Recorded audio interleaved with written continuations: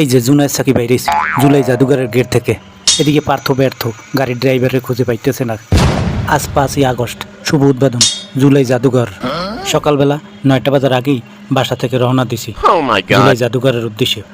আগে যে শেখ হাসিনা থাকতো গণভবনে, ওই গণভবন জুলাই যোদ্ধারা ভেঙে ফেলাইছে, এখন ওইটাই জুলাই জাদুঘর বানাইছে ডক্টর ইনুস সরকার। কিরে এখানে এত পুলিশ আইন শৃঙ্খলা বাহিনীতে ভরে গেছে। ওরে আল্লাহ, দেহ দেহ পুরাতন যেই ট্রেডিশন স্কুলটা আছে না, ওই স্কুলটার গেটের অপর সাইডে জুলাই জাদুঘরের গেট, এটা 2 নম্বর গেট বানাইছে। অনেক মিডিয়ার চ্যানেলও আইয়া এখানে ভরে গেছে, জনগণ আইসে ভরে গেছে, ঢুকতে চায় ভিতরে, কিন্তু তারেক রহমান তো ভিতরে 9টা বাজে এসে গেছে, এই জন্য কোনো পাবলিককে ভিতরে ঢুকতে দেওয়া হচ্ছে না। এদিকে দেখি এদিকে আবার 3 বাপ্পই আইছে ধান মাথায় লইয়া তারেক রহমানের সাথে দেখা করবে।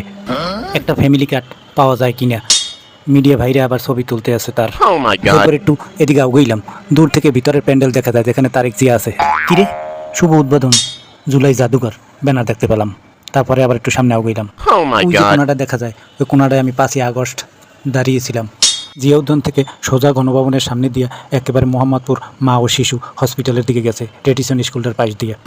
এবার আমি পুরাতন গণভবন 1 নম্বর গেট এই রাস্তায় আমি ঢুকলাম। এই রাস্তাটা জিয়া উদ্যান সোজা বিজয় সরণি গেছে।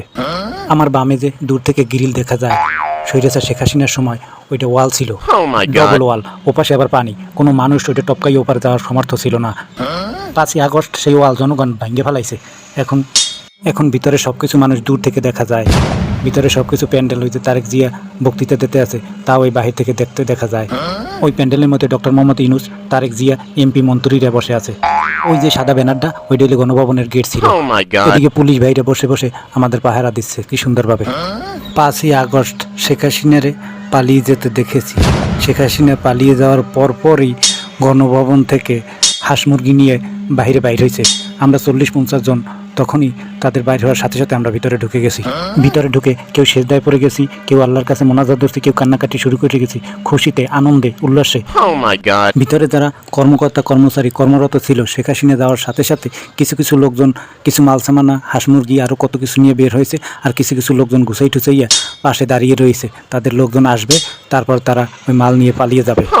কিছুক্ষণ পর, আধা ঘন্টা হবে, এর মধ্যেই আশেপাশে এবং মোহাম্মদপুরের লোকজন ঢুকে গেছে। ঢুকে কেউ ভাঙচুর, কেউ চুরি করতেছে, কেউ ছেঁচড়ামি করতেছে, পুরো হই হুল্লো শুরু করে দিয়েছে।